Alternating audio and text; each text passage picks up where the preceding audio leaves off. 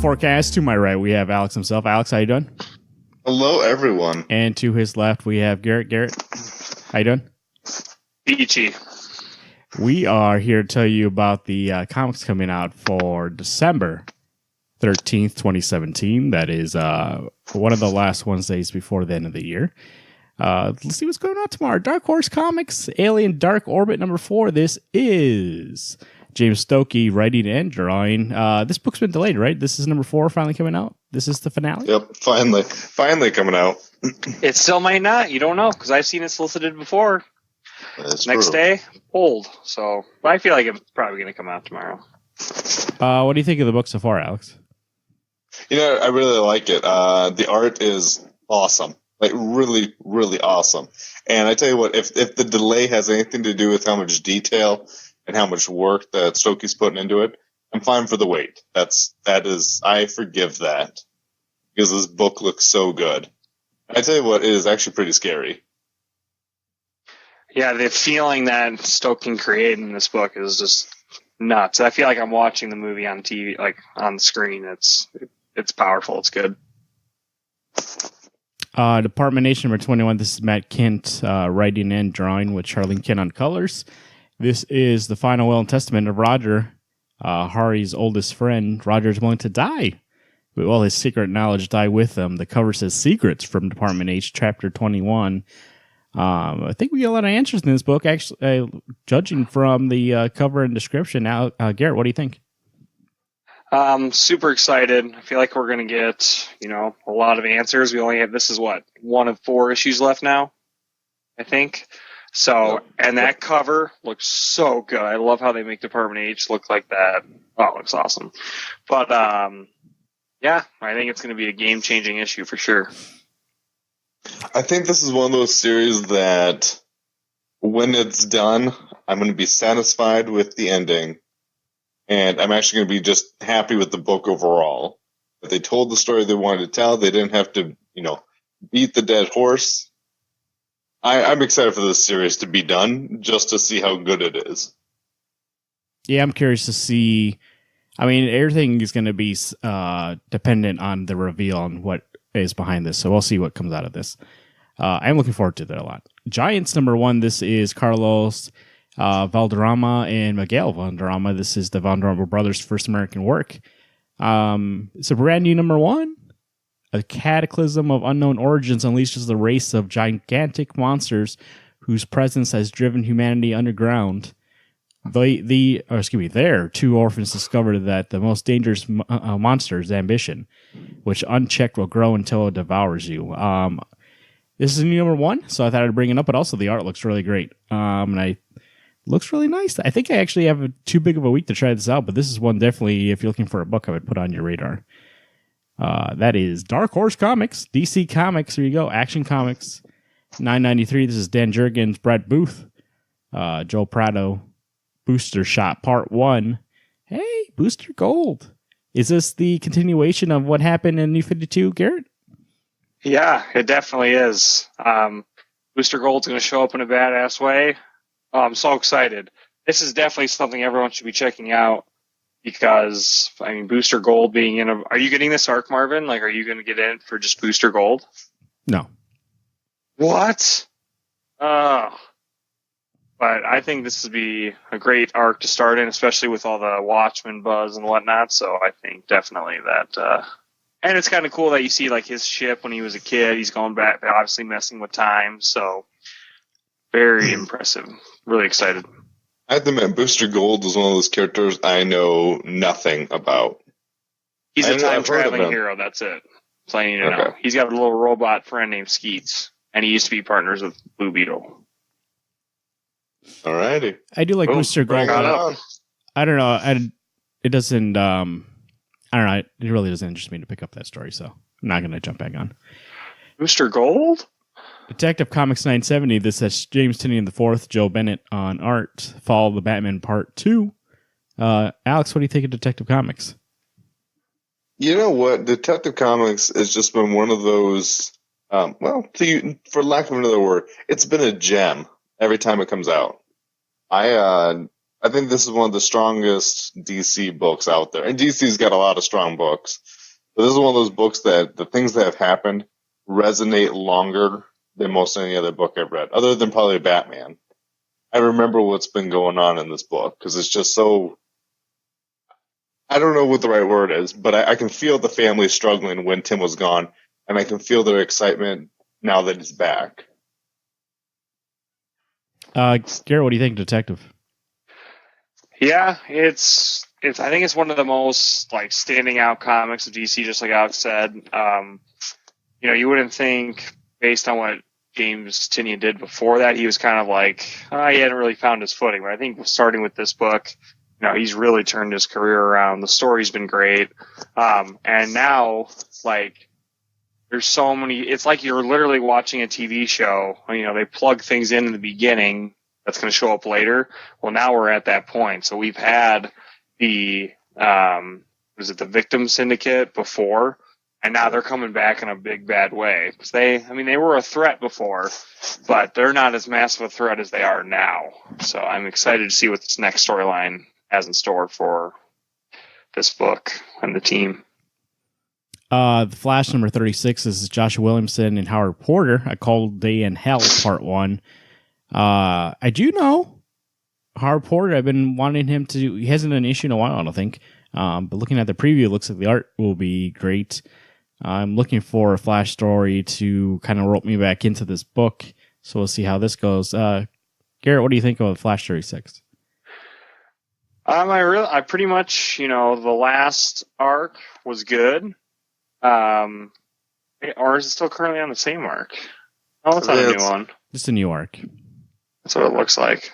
Yeah, I think that based on what happened last, I remember now. Yeah, last arc was good. Again, I thought, Mina coming back was really good for the story. I think building off of that, this next arc's going to be pretty good. And I'm looking at the preview art for Howard Porter's art. It's going to be freaking good issue. It's going to be really good. There's a lot of, great colors. It's going to be a good book. Alex, this book turned around for you? I know for a while you were kind of debating whether or not this is one that you would keep getting. I think it's one of those things that I like the Flash's rogues, but all that negative Flash stuff, like the last two issues were actually pretty good. It was nice seeing Mina come back. But with Flash and Barry having to deal with the negative force that he had, it got old real quick. Because there's just, that Flash is never going to kill anybody, but he sure is putting a lot in danger by all the time running. So I'm hoping that this issue and the next coming arc brings this book back into something I'm excited to get. Because right now I'm just getting a book to get the book. Hal Jordan and the Green Lantern Corps, number 34. This is Robert Venditti, Jason Pius, and Carlos Pagulan. I was looking at the cover being like, wow, it looks really good. And I realized that it's Francis Manapul, and he's actually not doing the art inside. But Twilight of the Guardians Part 2. What do you guys think? Green Lantern Corps. It's been going on for 34 issues. We've been kind of praising this thing. We're on the arc now, Twilight of the Guardians. I didn't read the last issue to see how this arc started. Did anybody else? Garrett, did you read this? Yep, I read it. It was really good. Where I thought the story was going to go for the cliffhanger, turned out to be something else. So I was like, kind of lame. But I think this story should be good. I don't know about the villain of this arc. I don't really know much about them, the people. So without spoiling anything, it could be good. But what I really like is that it's called Twilight of the Guardians. So you're getting, basically after New 52, the Guardians got wiped out. And so we're down to 2 Guardians.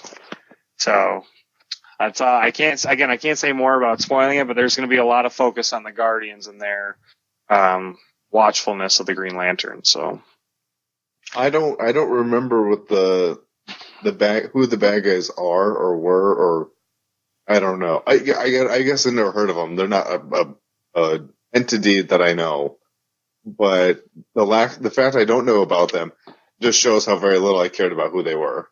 So I thought the villain choice was kind of weak. I thought it would have been cooler. We'll talk about it on the show if we review it, but ever. I've heard it was a Sinestro Corps thing, and it wasn't. So yeah, but it's good. I mean, it's good. I still like the book. It's just it's getting into a weird tangents where it's less about them doing core stuff. So, at least for me, Mr. Miracle number 5, written by Tom King, art by Mitch Gerads. Hey, this book, it seems like every single time the main cover is just okay, but that variant cover is always like amazing. Agreed. It's not like that it's a special variant cover. It's always just like their second B cover. But I think Mitch Gerads should have done the cover for his own series. The main covers actually seem more commercialized, and Mitch's actually seem like they're more storytelling covers. So I actually really do like them. But Mr. Miracle, Alex, what do you think of Mr. Miracle so far? Awesome.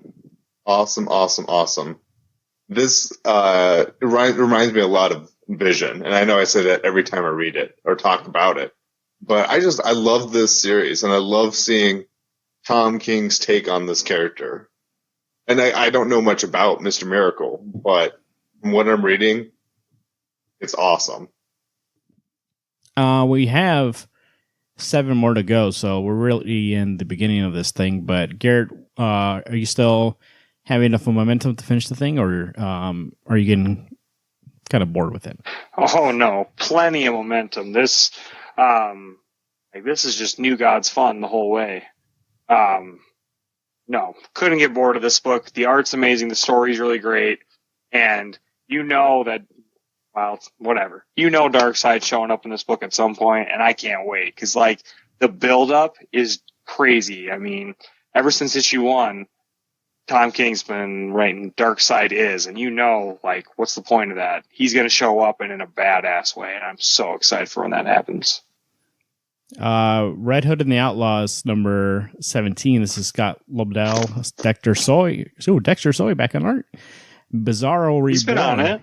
Part 4. Garrett, what do you think of Red Hood? Red Hood has been incredible. The story has been... We're still on the Bizarro Reborn arc where he has become back as like a genius instead of being kind of dumb. But the art's been great. Story's been so good. I'm just so surprised. Like, you would be surprised from Scott Lobdell's last run on the Red Hood compared to this. It's gold. Great story, great team. Scooby Apocalypse, number 20. This is Keith Giffen, J.M. Domanis, Ron Wagner, Rick Leonardo. This is, hey, the DC banner extends to Scooby Apocalypse, looks like. Usually they, all those other books have their own kind of banner stuff, but looks like the new banner goes on DC, or excuse me, on Scooby Apocalypse. Garrett, how's your Apocalypse coming? As great as it's always been. I mean, this is, kind of a testament to how good this book is. I don't know if any of the other Hanna-Barbera comics are even still going. Do you know of any that are still going? I don't think so. Yeah, so so good. Story's fresh. The characters are just how you remember them, just kind of the different twist on how the story's going. The only thing I don't care for is they're doing this like Secret Squirrel comic, like it's like a 3-4 page comic at the end of each book. And I hate that. Like, I hate it. It's so stupid. So I hate that I get less pages of Scooby-Doo because they want to fill in some kind of Secret Squirrel bullshit. So I read like 2 or 3 of the backs, and I was just like, this is god-awful. So it kind of saddens me that Secret Squirrel gets any love on this cover. It should all be Scooby-Doo and the gang. Titans, number 18. This is Dan Abnett and Brett Booth. The Rise of... Whoa. The Rise of Tria. This is Wes is dead and the Titans are all but beaten. And Donna Troy must go toe-to-toe with her worst nightmare. Garrett, how's Titans been? It's been okay. This is actually the issue that I'm jumping off. So the end of the last arc, it was something like surprising, but not enough that it like, I don't know, I'm sick of the whole, is this character going to die? But we know they're not going to die because whatever. It's just, in Titans especially, they've done it so much that I'm just like, whatever. Third time's the charm, but not on me, so I'm off. I'm gone. Plus, I wanted to cut down between. I was like, Teen Titans or Titans. Teen Titans is so much better than Titans, so I'm heading out. Wildstorm, Michael Cray, number 3. This is Brian Hill, and Stephen Harris and Dexter Vines on art. This issue, each issue so far, the first couple issues he went against Oliver Queen face to face, and now he's going against Barry Allen. Alex, what do you think? Him against the Flash? Oh, I'm so excited to see how he takes on the Flash and to see how he beats him. In the last issue, when he's fighting Green Arrow on his, let's see, what's the world's most dangerous game world? Now, I know it's not a different world, but his island or wherever he's at. It's like a dome or something. I'm excited to see the death of these heroes. And my hope is that it's not just Green Arrow and Flash. Hopefully it's the Batman and Superman and hopefully a Wonder Woman, where that's what Michael Cray is hired to do, is to hunt these guys down to take them out. So it's been so good. I know we're only 3 issues in, but I'm very excited to keep reading it. It definitely I'm looking forward to it. It definitely is a surprise, just like how the Wildstorm was, where it was a spinoff that was like, I don't need to read that. And then it turned out that actually it's pretty great. So I think maybe anything from this universe is going to be worth reading. I think actually the whole universe itself has a plan going forward. So it's a good little mini. It's going to be, 12 issues, right? Well, yep. So that'll be good. Wonder Woman number 36. This is James Robinson, Jason Paz on art. Children of Gods, part 4. So here's a little confession of mine. I think I read the first or in the second. I forgot. I read a couple issues. Let's say a couple issues of this arc, and then I never caught up. And you guys don't seem that enthused, so I kind of haven't caught up really. So are we looking forward to number 36, or how's that going? I'm so close to dropping this book. It's crazy. I'm literally holding on by the fact that the next artist on this book is incredible. This art's E-list. It's not even that impressive of art. And the story is so boring. So boring.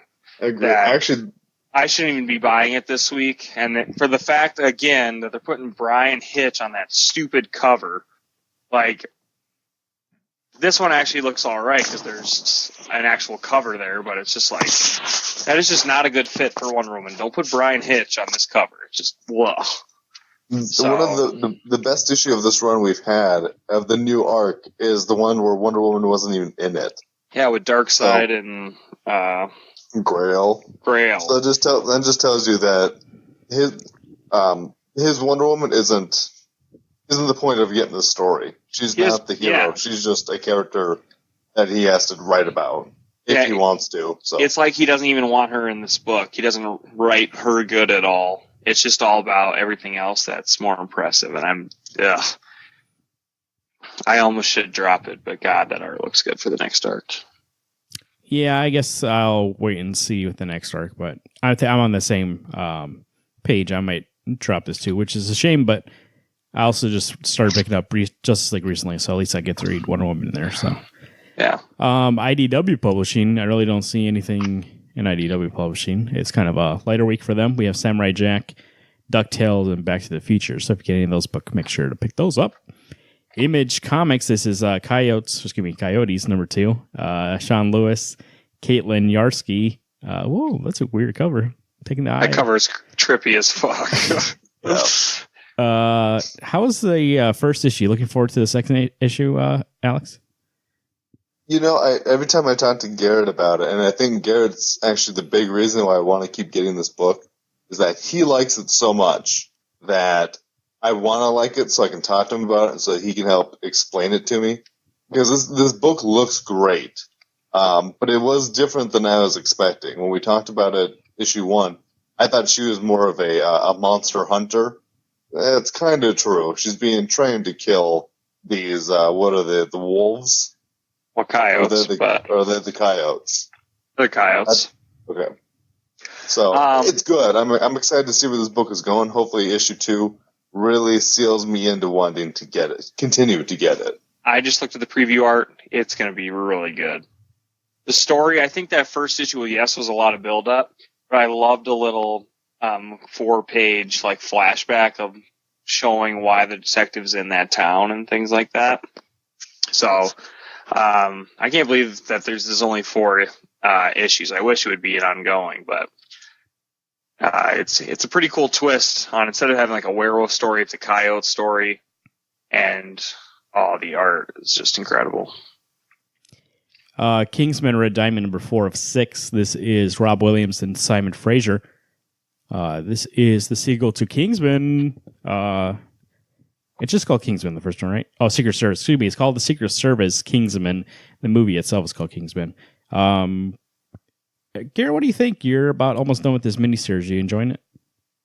Yeah, it's been good. I don't think it quantifies needing 6 issues, though. I think it's kind of like reading Shirtless Bear Fighter. I don't think this one really has any stakes in it for like Eggsy or anything like that. It's just more of like a comedy.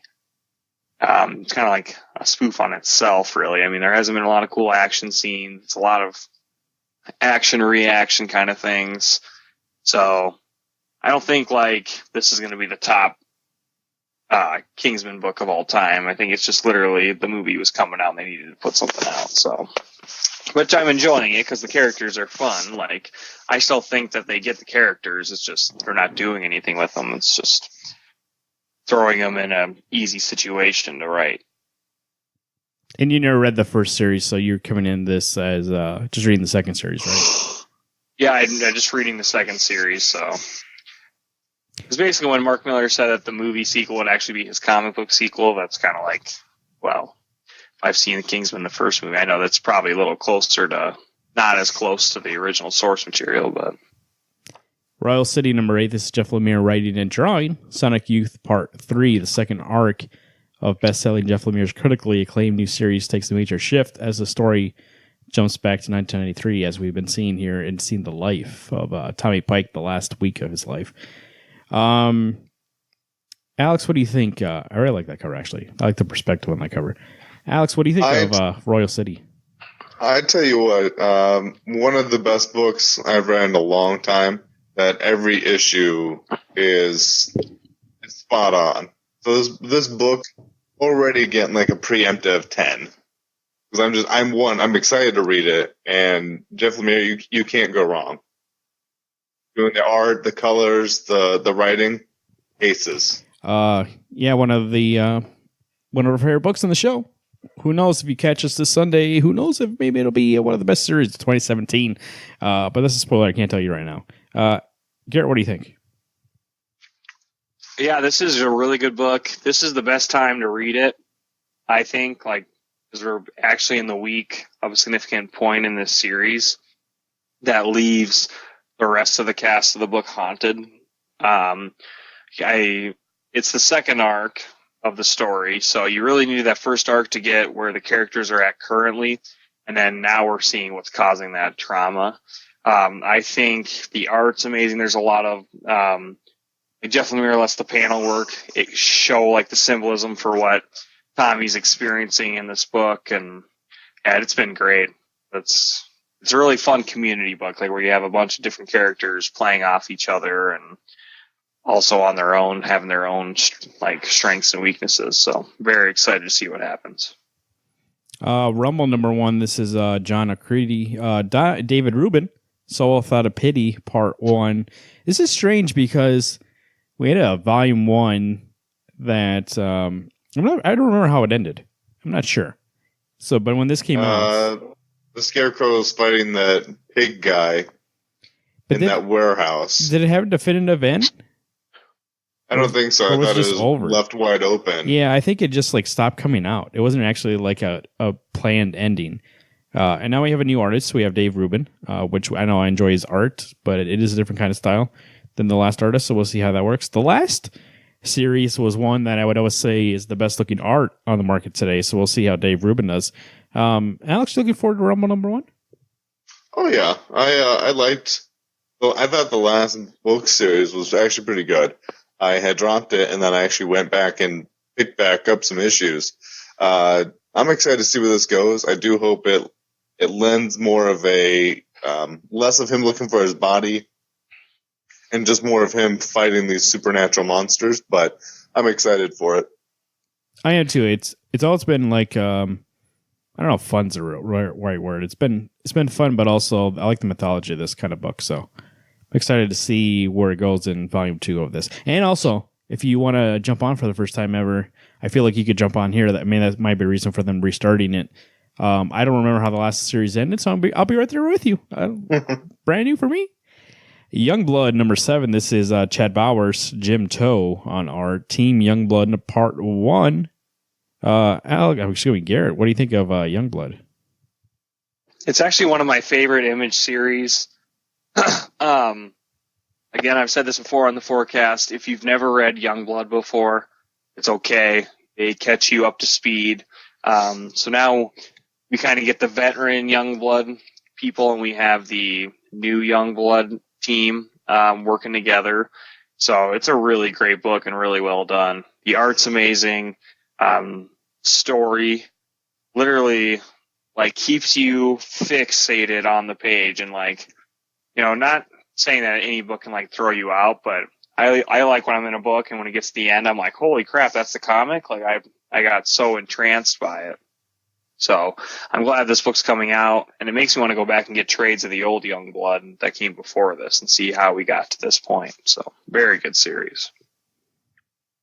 That is it for Image Comics. Now we can move on to Marvel Comics Legacy Initiative. What do you call it? Legacy Initiative? Whatever their new...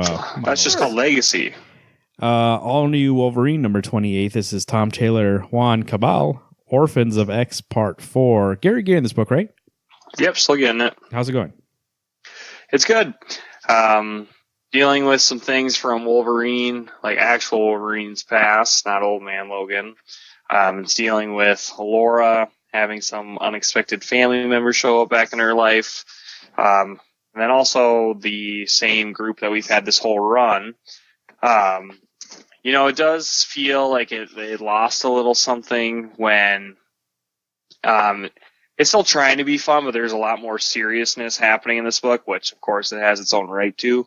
But when it was kind of more fun and playful before all of this, it's kind of when I'm always comparing it to those first couple arcs, which were so good. So I'm really, I'm hoping, like, right now it's just kind of holding the line steady. So I'm really hoping it's going to jump back up in quality, but it's not dipping in quality either. Yeah.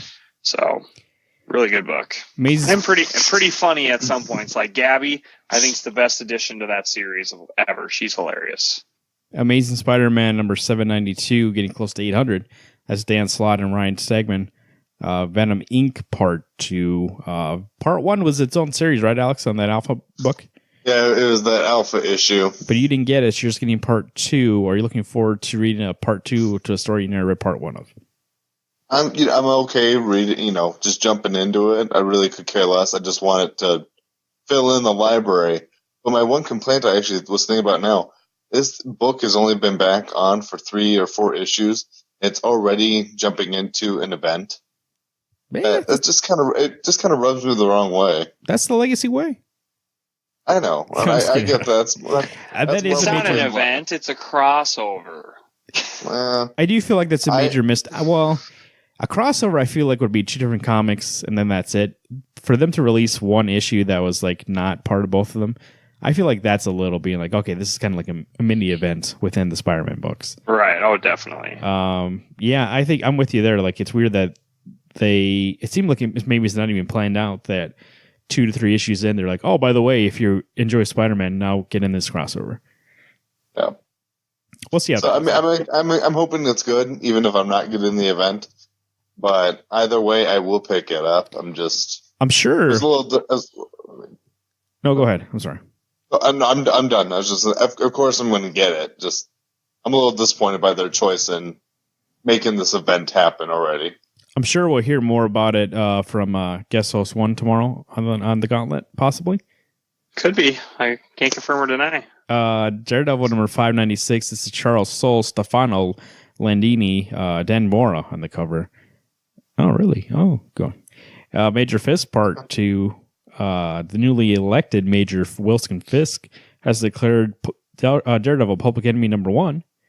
Let's look at this art for Daredevil. Daredevil, actually, I really like the last issue. Let's look at his art. Looks like it's pretty good. I like the colors in that book. So I am actually looking forward to Daredevil number 596 if it continues that trend. If you're looking to get into Daredevil, I think if you go back to 595 and then this one, I think it's a good starting on point. What do you think, Garrett? Yeah. I'm still not as impressed with the art. But the first issue, 595, was really good. And I don't know if this is the same artist as 595. I don't think so. I don't know that sounds different. I looked at the previews art, and the art does not look that great. So that kind of bothers me. But I definitely going to get it, because based off the momentum of 595, the story should at least be really good. It's basically Daredevil on the run from Mayor Fisk's little witch hunt, basically. So, should be good that way. But I don't know about the art. We'll see how it flows. Alex, Punisher 219. This is Matthew Rosenberg and Villanova on art. War Machine Part 2. Did you read War Machine Part 1? I did read issue 218. How was it? It was good. I was telling actually Garrett that depending on if this issue really keeps me enticed, I think I'll continue to get it. If this one kind of drops the ball, and I know I'm cutting this book early if that's the case, but I'm getting to that point. I got to really look forward to this book, and I am. I do look forward to it, but I hope that it can live up to my hype, because that does look really good though. Oh shit! Sorry, that does look really good. I don't know. I'm in a weird place where I really want to get a Punisher book, but I don't. I already get one, actually, the Platoon. That's great.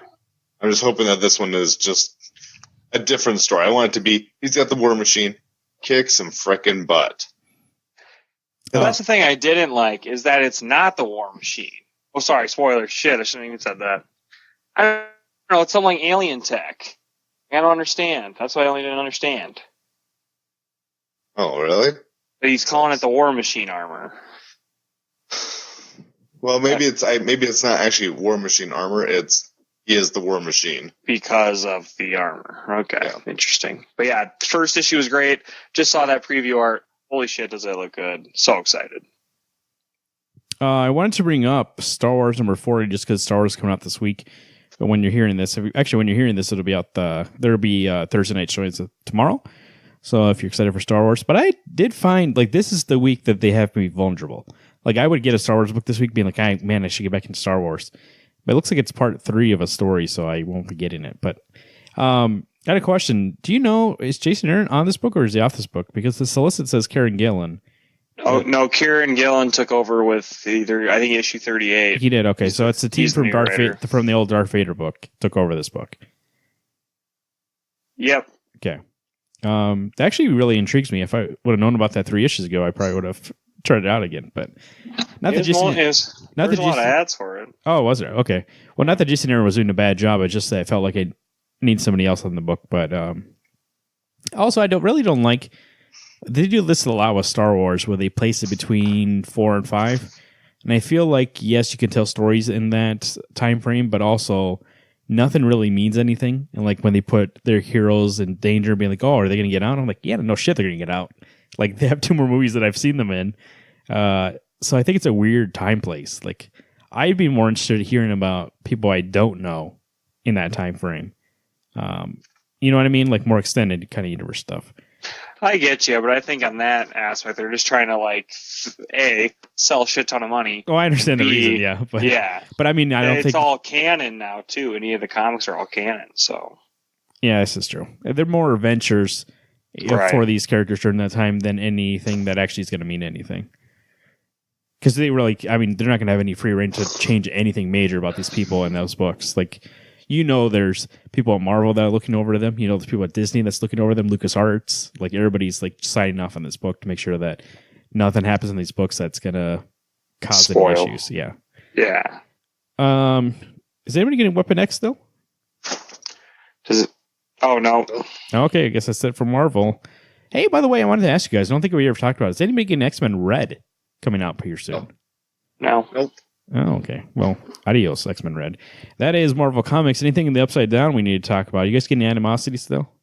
I am. Animosity 11. That's Margaret Bennett and Marcelo Milulo on a color. That's the cover. Excuse me. Rafael de la Torre on the. That's a good cover on the interior arts. Garrett, how's Animosity been? I still really enjoy this book. There's a lot bigger cast of characters now, but you still get those moments between Sandor and Jesse that are really heartwarming. But it's kind of cool. I think it parallels Walking Dead, to be honest. Like, you're in this world where instead of there being zombies everywhere, there's intelligent animals everywhere. There's mass hysteria all over the place because basically the animals are becoming their own faction. They're becoming their own state, and they're doing some weird shit. Like, there's 3 comics going off of this series right now. There's the Evolution, the Rise, and this. This is more about the main characters, about Sandor and Jesse. The other ones are about like some of the evil people in the Animosity universe. Even so that there's potential experimentation on humans done by animals, which is kind of an interesting concept and kind of freaky at the same time, that animals become intelligent enough to like perform operations on humans to have them be part animal. Mm-hmm. So crazy. I don't see anything else to talk about here, so looks like it's about an okay week here. Alex, what are you looking forward to the most? The only book that really just jumps out at me is going to be Royal City number 8. Every issue of that book has been so good, so well told, and the art is phenomenal. Every other book that's on my list that I'm getting this week pales in comparison. Garrett, what are you looking forward to this week? I'd have to say Aliens Dead Orbit number 4. A lot of anticipation for this book because, again, it's kind of that double-edged sword where you want it, but you don't want it because you don't want it to be over. But I think that James Stoke is just amazing at telling story through art. So worth the wait. So please come out tomorrow. I'm excited to read it. That was the thing when I knew this book was coming out. I was like, James Stokey, like I got his Godzilla book, and that took forever to come out. So like, he always gets delayed. I mean, if you look at his art, you can see why. It's not like you're not looking at his art being like, why does this take so long? I don't know why. Oh, when you see a page and like every single scale of something is like drawn out, and you're like, oh, that's why. Especially with like Godzilla, you're like, oh, that's why he's late. Like he's drawing every single scale on Godzilla's skin. So yeah, I'm looking forward to. You're right, Alex. I'm looking at this list being like, well, it's okay, but there's nothing really that jumps out being like, oh, I got to read that tomorrow. I think the only thing for me is Michael Cray, number 3. So I am looking forward to see how the Flash is in this world and how he takes them out, but also just overall story of Michael Cray. I actually really do like that character a lot, and I like him trying to figure out what kind of powers he has. So that's interesting in the art. I really like the art style. So it's a plus on all sides for Michael Cray for me. So I'm looking forward to that. Alex, recently we've had a lot of ups and downs weather-wise. We had some snow. We didn't have some snow. It was 40, and then it was like single digits. What about this week? What do you think? The last couple of weeks before Christmas, what's it looking like outside? For a weatherman such as myself, it's a tough job when Mother Nature doesn't do what all of the Dopplers tell me it's going to do. How many years of school did you go? I went to 12 years of school. That's what I thought. I had a dozen. You went. I was even told there's a rumor that you went a 13th year undercover just because they want to let you come back, but you went back as Steven Pastrello. Of course. Because you wanted to make sure that you inherited the power to forecast. Tell me, listeners, do I do a good job forecasting and telling you what the weather's going to be? Because I tell you what tomorrow's going to be. It's going to be a little cool when you wake up. Might be a little frost. If there's some liquid on the ground, might be icy now. Be careful. Drive safe. Use your blinkers. Hey! And when the sun comes out... You're crossing your line there, weatherman. Sorry. Got into a little bit of traffic there. Just, watch out for those roads. Alex went into a little bit of automotive. He went into the wrong lane. So he was trying to go into the weather lane, and he took the wrong turn. But Garrett, speaking of turns, how's those roads? Well, as my rude co-anchor over here was trying to point out, there is going to be some traffic for your books tomorrow. There are some great picks in the mix, but a majority, unfortunately, I don't think it's going to be anything like you have to get there right away to get it. I think there's like a couple things where it's like, I should get there quick and like pick those things up. Royal City, Aliens at Orbit.